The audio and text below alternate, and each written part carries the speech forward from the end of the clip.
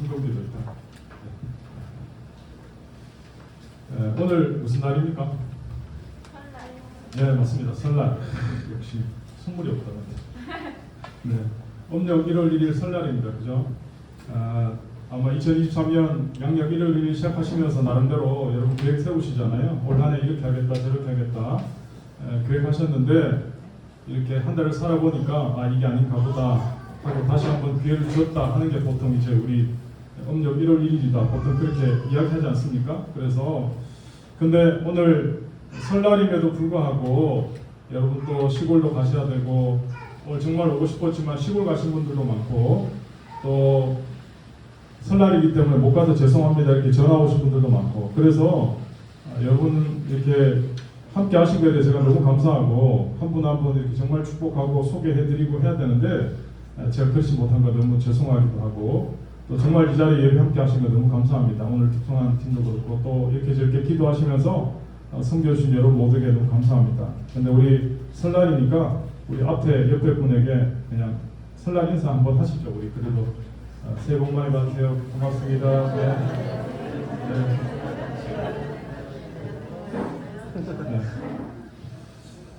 오늘 더 사랑교회를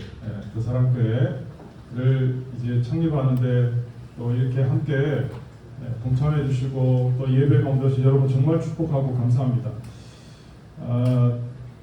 제가 옛날에 그 지도했던 청년 중에 제게 이런 이야기 했던 게 생각이 납니다. 우리가 살면서 뭔가 가슴이 뿌듯해질 때가 있잖아요. 뭔가 내가 뭔가 했구나. 뭔가 가슴이부터 뭉클뭉클하고 보람찬 느낌이 딱 들 때가 있잖아요.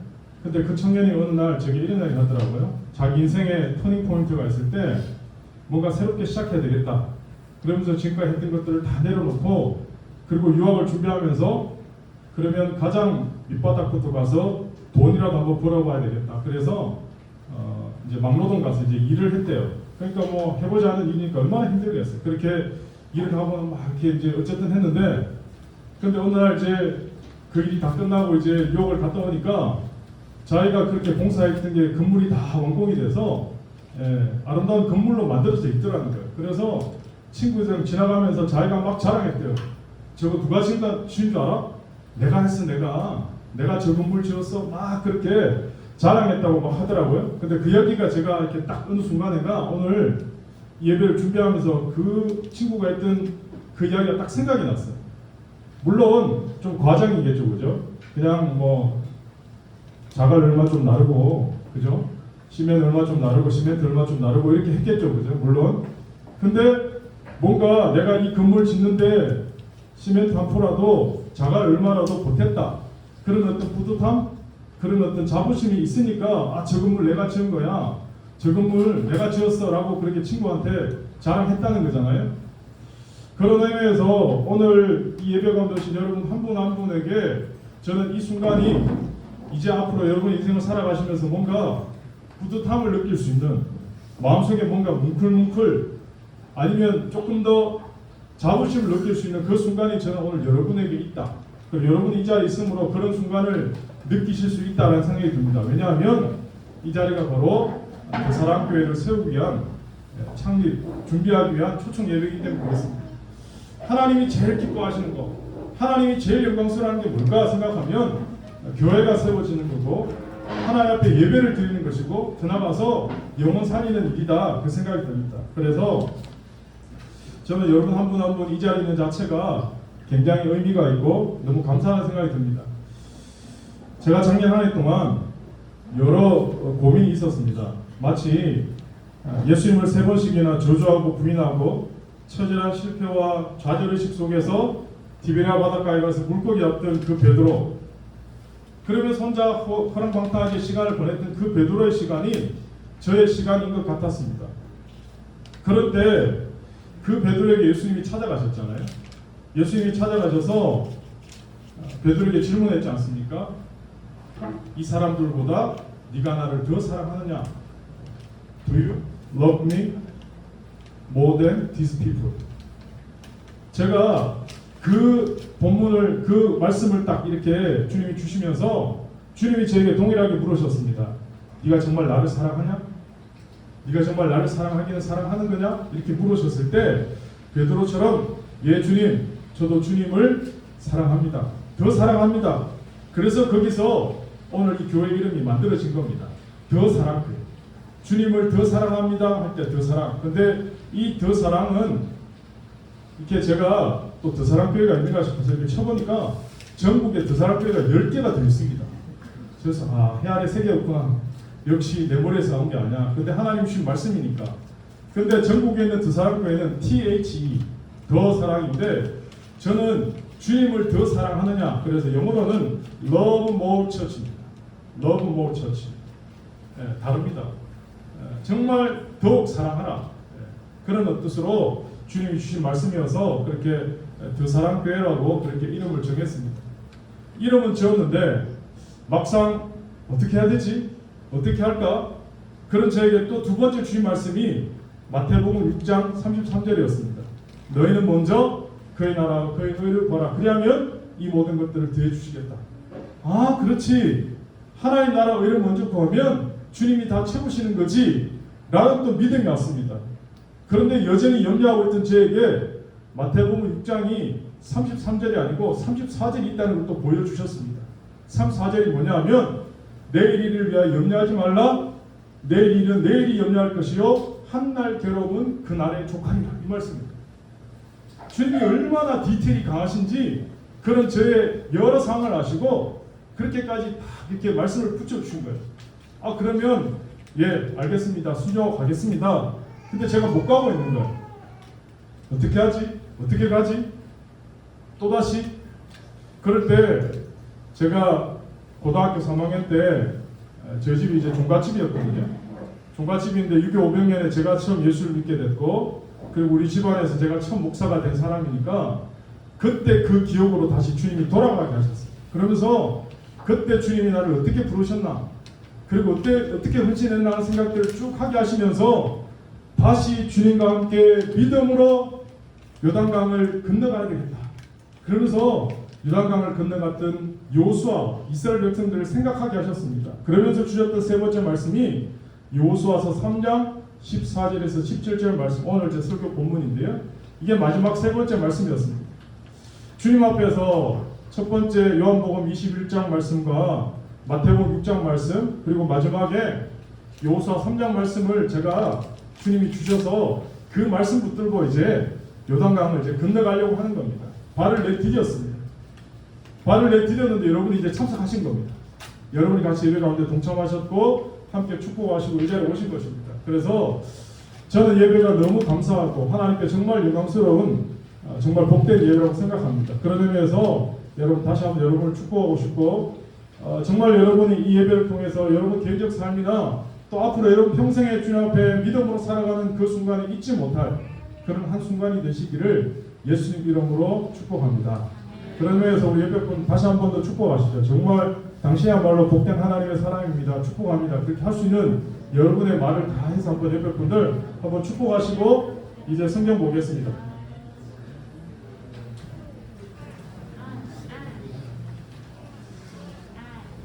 예배 오늘 순서지 이게 주보입니다.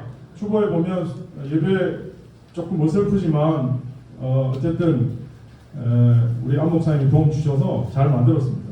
너무 감사하고 교회 소식이 좀 있는데요. 그 뒤에 보면 교회 소식이 맨 뒷부분에 있습니다. 2023년 더사랑교회 주신 말씀이 마태복음 6장 33절 34절이 있고요. 이번 주 교회 소식 보면 이제 예배를 1부, 2부 이렇게 드릴 예정입니다. 1부 예배는 이 파스 카페에서 오전 10시에 1부 예배를 드리고 2부 예배는 청담동 스튜디오에서 다음 주부터 그렇게 주소는 나와 있습니다. 그렇게 2부 예배로 2번 그렇게 예배가 드려지게 됩니다. 여러분 위해서 기도해 주시고 또 계속 관심 가져주시면 좋겠습니다. 여러분 정말 환영하고 오늘 예배 후에 가실 때 선물이 다 있습니다. 그래서 꼭 선물 받아가시고 맛있는 커피도 제공이 됩니다. 꼭 커피도 맛보시고 가시면 좋겠습니다. 그리고 오늘 혹시 처음 예배에 참석하신 분들은 주보에 있는 샬롬 환영합니다라는 이 부분이 있는데 그 부분을 제출해 주시면 너무 감사하겠습니다. 필수는 아니니까 안 하셔도 됩니다. 그러나 해주시면 더 좋습니다. 네, 나머지는 이제 주보 잘 참고하시면 되고요. 우리 주보 안에는 성경 말씀이 있거든요. 한번 읽어보실까요? 같이. 여호수아서 3장 14절에서 17절 말씀이 있는데,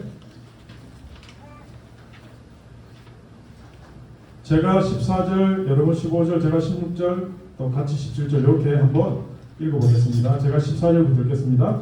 백성이 요단을 건너려고 자기들의 장막을 떠날 때에 제사장들은 언약궤를 메고 백성 앞에서 나아가니라. 15절 시작.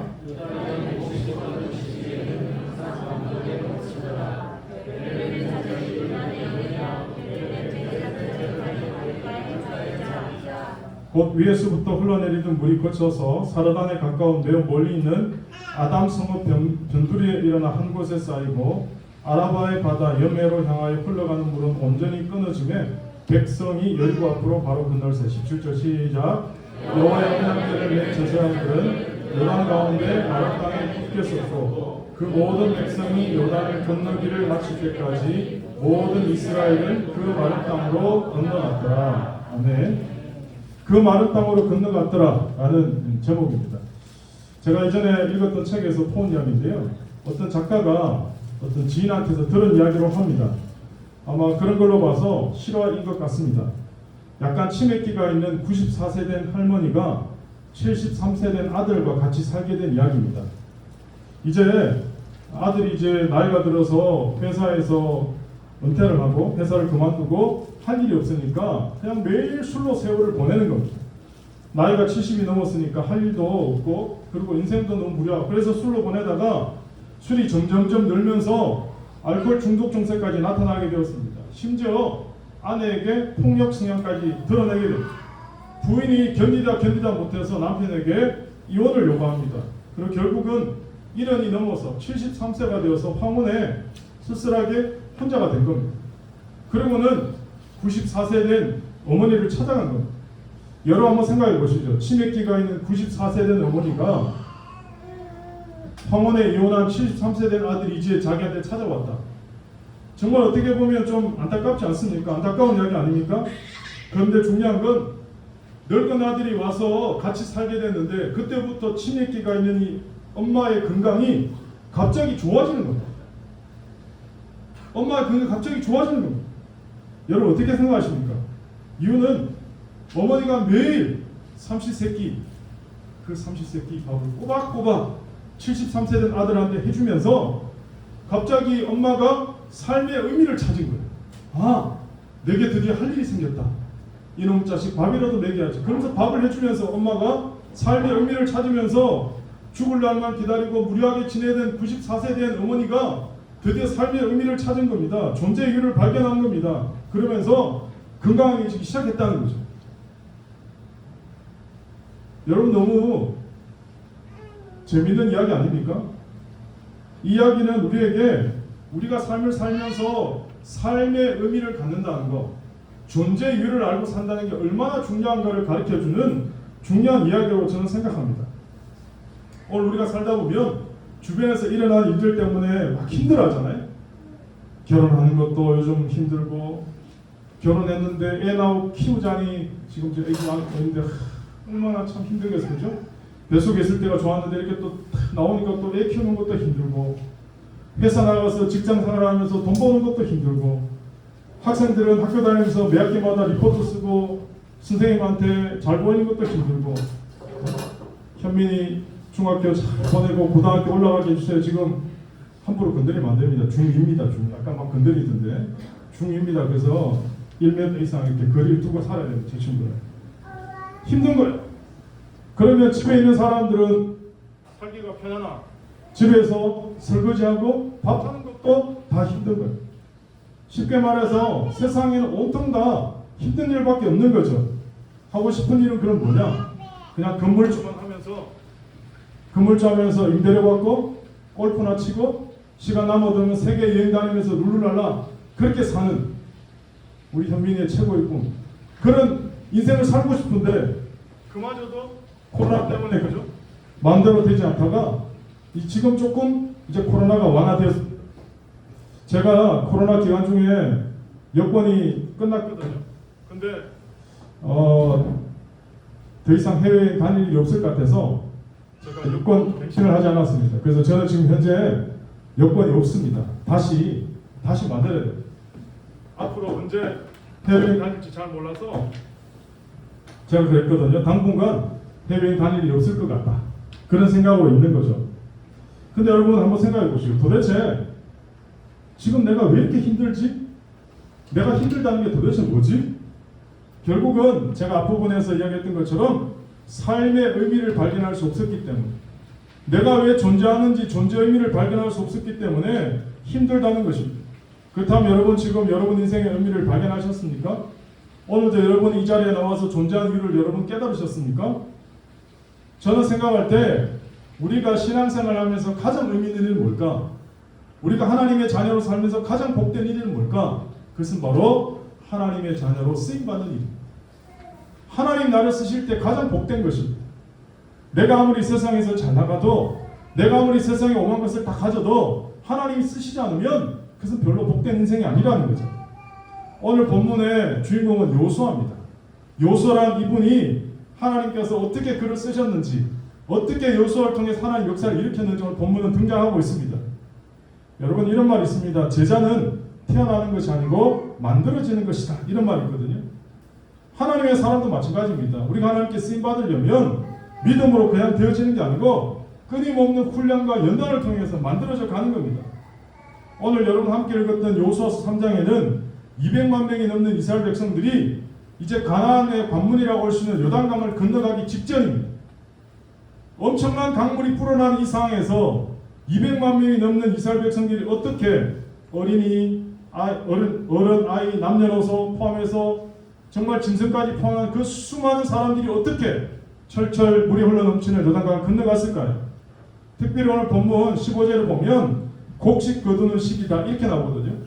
곡식 거두는 시기인데 우리나라 달력으로 한 3월에 4월 정도 된다고 합니다. 3, 4월 정도인데 이스라엘로 치면 겨울입니다. 비가 제일 많이 쏟아지는 우기입니다. 그러다가 요단강의 원천이라고 할 수 있는 헐몬산에 만년설이 녹아내리는 그런 시기입니다. 그래서 평소에 강폭이 30m도 안 되는데 이때쯤은 강폭이 무려 1.6km 정도 됩니다. 그리고 수심도 3m에서 4m 이상 깊어지는 겁니다. 물살도 시속 16km 이상 급류가 되어 막 흘러가는 겁니다. 제가 이렇게 설명하는 건 뭡니까? 지금 요단강을 건너가는 건 안 된다는 겁니다. 미션 임파서블. 안 된다는 겁니다. 우리가 살면서 좀 힘든 일은 전복되니까 다 동원해서 인맥을 동원해서 어떻게 짜내면 넘어가기도 하고 할 수 있는 일이 있잖아요. 그런데 오늘 이 요단강을 건너가는 일은 아예 처음부터 불가능한 겁니다. 안 되는 겁니다. 이럴 때 여러분 리더에게 엄청난 부담감과 위기가 오지 않습니까? 내 상식으로 지금까지 어떤 해법으로 도저히 불가능한 겁니다. 도대체 어떻게 이 길을 넘어가야 될까요? 여러분 여호수아는요 지난 40년 이상 이것만 바라보고 왔거든요. 지난 40년 이상 광야에서 그렇게 고생할 때 이 요단을 건너서 가나안에 들어가는 그 목적 때문에 지금 버틴 거거든요. 그런데 막상 건너려고 와보니까 미션 임파서블이에요. 건널 수가 없어요.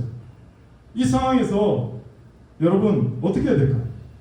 우리가 살면서 어떤 벽들이 부딪힐 때가 있잖아요. 길이 가로막힐 때가 있잖아요. 그럼 우리에게 지혜가 필요한 겁니다. 이 길이 누구로부터 왔느냐? 사단이 이 길을 막고 있느냐? 아니면 하나님 막으시는 건가? 여러분 그때 지혜가 필요한 겁니다. 만약에 사단이 이 길을 막고 있다면 믿음으로 건너가야 됩니다. 그러나 하나님이 그 길을 막았다면 다른 쪽문을 찾아야 되는 겁니다. 다른 길을 찾아야 되는 겁니다.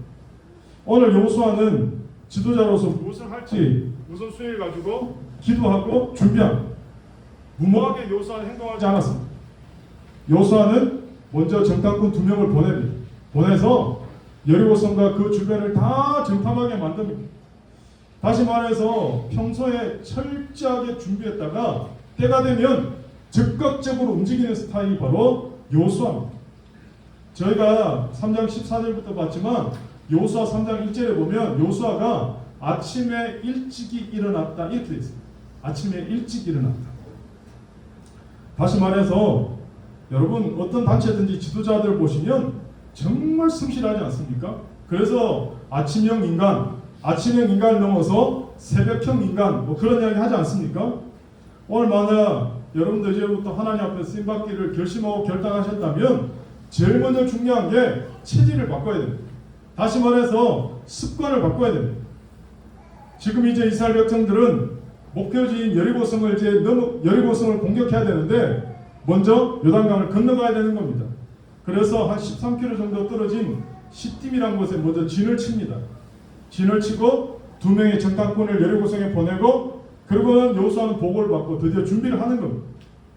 이미 여리고성 사람들은 이스라엘 백성들이 어떻게 광야를 지나왔는지 이미 들었기 때문에 전의를 상실했어요. 성문을 꼭꼭 걸어 잠그고 나올 생각도 안 하는 겁니다. 공포에 질려 있는 겁니다. 이제 지체 없이 요단강을 건너가기만 하면 되는데 지금 불가능한 거예요. 건너갈 수가 없는 거예요.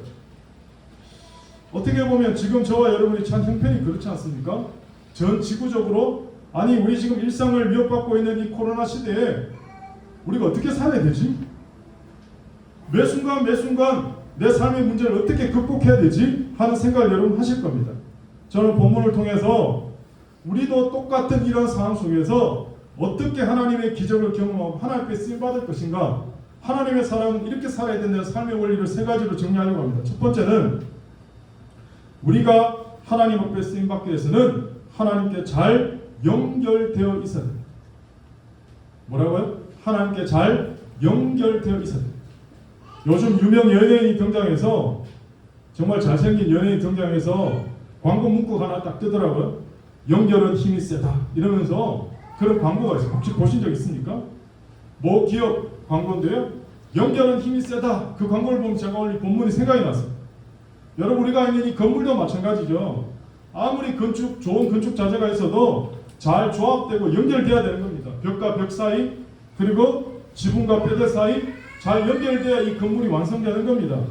다시 말해서 모든 것들이 어떻게 연결되느냐, 조합되느냐가 대단히 중요합니다. 그래서 아리스토텔레스 같은 사람은 연결시켜라. 그러면 기적을 경험하게 될 것이다. 이런 이야기입니다. 여러분, 우리가 스스로 죄인됨을 알고 나의 죄인됨을 복음에다가 하나님에다가 연결시키면 역사가 일어나는 겁니다. 기적이 일어나는 겁니다. 생명을 건질 수 있는 겁니다. 우리 주변에 있는 사람들을 하나님에다가 연결 한번 시켜보세요. 내 주변에 있는 사람들 복음에다가 한번 연결시켜보세요. 그러면 그 사람이 살아나는 겁니다. 회복되는 겁니다. 오늘 그러므로 나의 삶이 누구랑 연결되어 있느냐가 대단히 중요합니다. 오늘 내 인생이 누구랑 연결되어 있느냐, 그것이 바로 나의 인생의 성공과 실패를 결정하는 겁니다. 요한복음 15장 예수님께서 일명 포도나무 이야기 하시면서 우리가 포도나무 대신 주님께 가지로 잘 붙어 있어야 된다. 그래야 열매를 맺을 수 있다. 주님 말씀하고 계십니다. 오늘 기적적인 요단강 건너가는 이 일에 있어서 리더로서 여호수아는 하나님께 항상 연결되어 있었다는 거죠. 제가 퀴즈를 하나 내겠습니다.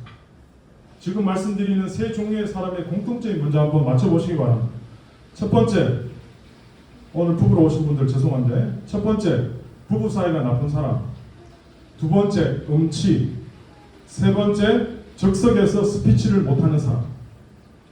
이 3 부류의 사람의 공통점이 뭐겠습니까? 첫 번째, 부부 사이가 나쁜 사람. 두 번째, 음치. 세 번째, 적석에서 스피치를 못하는 사람. 이 3 종류의 사람의 공통점은 경청입니다. 경청. 남의 이야기를 안 듣는다는, 자기 말만 한다. 부부 사이가 나쁜 사람들 보면 자기 말만 해. 자기 말만. 음치들의 특징이 뭡니까? 소리를 들어야 되는데 자기 소리만 내는 거예요. 적석에서 스피치를 못하는 것도 똑같은 겁니다. 여러분, 그런 의미에서 경청, 대인관계에서 가장 중요한 핵심입니다. 마찬가지로 우리가 하나님 음성을 제대로 들을 수 있어야 우리의 삶의 방향이 결정되는 겁니다. 오늘 하나님과 연결되어 있는 사람만이 하나님의 지혜와 능력을 공급받고 승리할 수 있는 겁니다. 여호수아는 지금 불가능한 상황, 불가능한 현실만 바라보고 좌절하는 게 아니고 하나님하고 연결하는 겁니다. 미션 임파서블인데 모든 사람들은 안 된다고 하는데 하나님과 연결되니까 되는 겁니다. 불가능이 가능으로 바뀌는 겁니다. 왜냐하면 하나님과 연결되어 있었기 때문에 그렇습니다. 7절에 하나님께서 여호수아에게 직접 이렇게 말씀하십니다. 내가 오늘부터 시작해서 너를 온 이스라엘 목전에서 크게 하여 내가 모세와 함께 있었던 것 같이 너와 함께 있는 것을 그들로 알게 하리라. 하나님이 하나님과 연결된 여호수아에게 이렇게 응답하시고 말씀하는 겁니다. 저 오늘 예배 가운데 오신 여러분, 여호수아가 들었던 이 음성을 여러분도 다 들으실 수 있기를 축복합니다. 오늘 하나님 앞에 여러분 여호수아처럼 이 음성만 들을 수 있다면 앞으로 여러분 살아가면서 계속 부딪히는 심지어 미션 임파서블 같은 문제나 사건이나 사람이나 환경이나 여러 문제 앞에서 능히 이기고 넉넉히 이기고 극복할 줄을 믿습니다. 두 번째는 하나님께 쓰임받는 사람의 두 번째 원리는 인간적으로는 최악의 상황이지만 그때가 바로 하나님이 일할 수 있는 최적의 타이밍인 것을 알아야 됩니다. 혹시 여러분 해는 바뀌었는데 내 인생은 왜 이렇지? 이보다 더 나쁠 수는 없다. 나에게 이것보다 더 최악이 없다 라고 생각하는 분이 있다면 그때가 바로 하나님을 온전히 신뢰하고 맡길 때라는 걸 아셔야 됩니다. 풍전자와 같은 민족의 앞날을 위해서 성전에 엎드려서 기도한 하박국 선지자가 있었습니다. 이제 곧 민족이 망할 정말 일촉즉발의 순간입니다. 언제 망할지 모릅니다. 지금 당장 망해도 할 말이 없는 상태였습니다. 그런데 하박국은 그 상황에서 성전에 엎드려 기도합니다. 성전에 엎드려 기도할 때 하나님 하박국에게 이렇게 말씀하십니다. 이 묵시는 정한 때가 있나니 그 종말이 속히 이르겠고 결코 거짓되지 아니하리라. 비록 더딜지라도 기다리라. 지체되지 않고 반드시 말이라. 보라, 그의 마음은 교만하여 그 속에서 정직하지 못하나니 의인은 그의 믿음으로 말미암아 살리라. 하박국은 가장 위기의 시간에, 가장 힘든 시간에 하나님 앞에 성전에서 엎드려 기도할 때 오히려 강력한 하나님의 인재를 경험할 뿐만 아니라 그 시대를 헤쳐나갈 수 있는 하나님 은혜, 더 나아가서 민족의 역사의 비전까지 보게 되는 겁니다. 해발 5,000m가 넘는 고산을 등정하는 산악가들 이야기에 따르면 얼음이 얼어있는 산들을, 높은 산들을 등정할 때는 가장 깊은 밤중에 올라간대요. 그때가 육체적으로 제일 피곤하고 힘들지만 그때가 올라가기 제일 좋은 시간이라는 겁니다. 왜냐하면 얼음이 단단히 얼어있어서 안전하고 제일 좋은 타이밍이라고 합니다. 지금 언약궤를 맨 제사장들이 흐르는 물이 철철 흐르는 강물 속으로 용감하게 발을 딱 내딛자마자 기적적인 일이 벌어집니다. 요단 강물이 갈라지면서 순식간에 거대한 물벽이 되는 겁니다. 양쪽으로 쌓이는 겁니다. 아무리 범람하는 요단 강물이라고 해도 하나님의 능력 앞에서는 아무것도 아닌 거죠. 홍해의 기적을 보여주신 하나님께서 요단강의 기적을 다시 베풀어 주신 겁니다. 초등학교 때는 그 힘든 산수 문제 하나 못 풀어서 낑낑거리다가 대학생 되면 누워서 숨쉬기 아닙니까? 우리가 보기에는 최악의 상황이지만 그때가 바로 하나님이 역사하시는, 하나님 능력이 나타나시는 타이밍이라는 겁니다. 그러므로 저와 여러분에게는 하나님을 온전히 신뢰하는 믿음이 필요한 것입니다. 오늘 요단강이 갈라진 이 사건을 많은 학자들은 그냥 자연적인 현상이다 이렇게 얘기합니다. 그런데 오늘 본문을 주목해 보시면 성경에 이렇게 나옵니다. 마른 땅 이렇게 나옵니다. 마른 땅. 마른 땅 17절에 나오는데요. 이 마른 땅이란 이 표현은 히브리어로 바싹 말라버린 마른 땅 이런 뜻입니다. 바싹 말라버린 사막 같은 땅 이런 뜻입니다. 장마철에 한창 물이 철철 넘치는 요단강 바닥이 갑자기 가뭄 때처럼 사막처럼 바싹 말라버렸다는 거예요. 이건 여러분 기적인 겁니다. 자연적 현상이 아닙니다. 사랑하는 여러분, 하나님은 우리 인생에 한 번만 기적을 행하시는 게 아니에요. 하나님은 계속해서 우리 인생 가운데 비슷한 기적을 계속 베푸시는 겁니다. 왜 그럴까요? 왜 그럴까요? 왜 그럴까요? 기적을 경험해 봐야 알죠. 그죠? 왜 기적을 계속 경험시킬까요? 왜 기적을 계속 베푸실까요? 그것은 바로 과거에 하나님께 처음 믿었던 그 믿음을 회복시키도록 하는 겁니다. 우리가 처음 예수 믿는 것도 기적이잖아요. 저는 이 자리에서 지금 설교하고 내가 예수 믿는 게 기적이라고 생각하거든요. 여러분, 세상에 제일 큰 기적은 안 바뀔 것 같은 사람이 바뀌는 게 제일 기적 아닙니까? 그죠? 저 사람은 안 돼. 저 사람은 절대로 바뀌지 않을 건데 그 사람이 변하는 거예요. 그럼 여러분 기적이에요. 그게 바로 나예요. 나 자신. 여러분 자신이라고. 여러분 자신. 다른 사람이 아니고. 내가 하나님 앞에서 변화되는 게 기적입니다. 그런데 여러분 처음 예수를 믿는 게 기적이고 능력이라면 처음 시작할 때도 기적으로 시작했으면 끝까지 천국 갈 때까지 뭐로 가야 돼요? 하나님의 능력과 기적을 의지하고 가야 되는 거 아닙니까? 계속해서 믿음으로 살아야 되는 거 아닙니까? 처음 예수 믿을 때는 믿음으로 시작했는데 결혼하거나 사업하거나 직장생활하거나 공부할 때는 자기 생각대로 하는 거예요. 자기 마음대로 하는 거예요. 그러니까 하나님 없이 자기 길로 가는 거예요. 처음 예수 믿을 때 믿음으로 하나님 앞에 결단했으면 결혼하는 것도 직장생활하는 것도 공부하는 것도 앞으로 인생의 모든 것도 어떻게 가야 돼요? 믿음으로 가야 돼요. 믿음으로. 하나님과 함께 가야 돼요. 더구나 지금은 코로나 더불어서 세계적인 경제 불황의 시대 여러분 모르십니까? 3분의 시대다 다 아시잖아요. 뉴스만 틀면 계속 얘기하는데 그 뉴스 틀고는 맨날 빨간색이 좋을까 파란색이 좋을까 빨간색이 좋을까 파란색이 좋을까 그것만 쳐다보는 분도 있을지 모르겠지만 무슨 말인지 잘 모르죠. 전혀 몰라요. 이런 분들 너무 순진해갖고 빨간색 파란색 그래도 무슨 말인지 전혀 모르는 분도 있지만 어쨌든 뉴스에 그것만 보시는 분들도 있잖아요. 정말 다 힘듭니다. 어렵습니다. 그러면 이 땅 가운데 어렵다 힘들다 생각하고 여러분 계실 겁니까? 매일매일 우리를 억압하고 낙심하게 만든 이 모든 상황 속에서 살아가는 것조차도 믿음으로 살 때 승리할 수 있다는 걸 믿어야 되는 겁니다. 오늘 주님 그걸 말씀하시는 겁니다. 언제 끝날지 아무도 모르는 상황. 그렇기 때문에 이때 더더욱 우리 믿음으로 하나님을 신뢰하고 하나님을 경험할 수 있는 여러분 인생의 최고의 타이밍이 되실 수 있기를 예수님 이름으로 축복합니다. 마지막 세 번째는 하나님 앞에 쓰임 받으시려면 그리고 믿음으로 산다는 건 하나님만 붙들고 끝까지 버텨야 됩니다. 하나님만 붙들고 끝까지 버텨야 됩니다. 여러분이 좋아하시는 로마서 8장 28절에 우리가 알거니와 하나님을 사랑하는 자 곧 그의 뜻대로 부르심을 입은 자들에게 어떻게 해요? 모든 것이 합력하여 선을 이룬다 그렇게 말씀하십니다. 여러분 제사장들이 언약궤를 메고 제일 먼저 강물에 발을 딱 내딛었을 때 강이 갈라진 거예요. 마른 땅이 된 거예요. 백성들이 이제 건너갑니다. 그런데 제사장들은 백성들이 다 건너갈 때까지 그 무거운 만만치 않은 무게에 하나님의 법궤를 강 중앙에 메고 있어야 되는 거예요. 백성들은 지나가고 있는데 저는 그런 생각 들었어요. 나 같으면 나도 빨리 건너가고 싶다. 언제까지 있어야 되지? 제가 그 상황이면 그런 생각할 것 같아요. 정말 놀랍고 기쁨도 있지만 그리고 약간 두려움도 있었을 것 같습니다. 그런데 그러한 리더들의 기쁨과 수고 뒤에 헌신 뒤에 인내 뒤에 백성들이 무사히 그 요단강을 건너가게 되는 거죠. 200만 명이 넘는 사람들이 가축의 수레까지 이끌면서 요단강을 건너는데 거의 반나절 이상이 걸리는 겁니다. 참고로 이스라엘이 출애굽할 때 남자가 60만 명이거든요. 4인 가족을 기준에 봤을 때 60만 명이면 240만 최소한 200만이 넘어요. 가축과 수레까지. 그래서 어떤 학자가 줄을 세워봤거든요. 10년로 줄을 세우면 200만 명이면 200km가 넘는데 길이가 별로 안 놀라시는데 200만 명 넘는 사람들을 10년로 줄을 세워서 강을 쫙 건너가면 200km 넘는 거리가 된대요.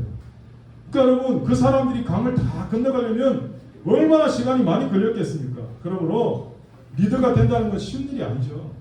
백성들이 강을 다 건너갈 때까지 묵묵히 버텨야 되는 겁니다. 기다려야 되는 겁니다.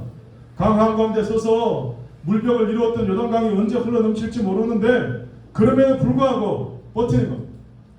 제사장들이 메고 있는 언약궤는 지금으로 말하면 우리가 매일 붙드는 하나님의 말씀입니다. 말씀. 하나님의 지도자들이 제대로 하나님 말씀을 품고 있으면 하나님과 함께 있으면 요단강물 같은 아무리 무서운 장애물이 있다 해도 문제가 있다 해도 걱정할 것이 없다는 거죠. 그런 의미에서 지도자 된 여러분 하나님 말씀 붙으셔야 됩니다.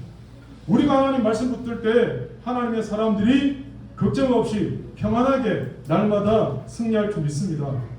여러분 지금처럼 위기의 시대가 없었던 작금입니다.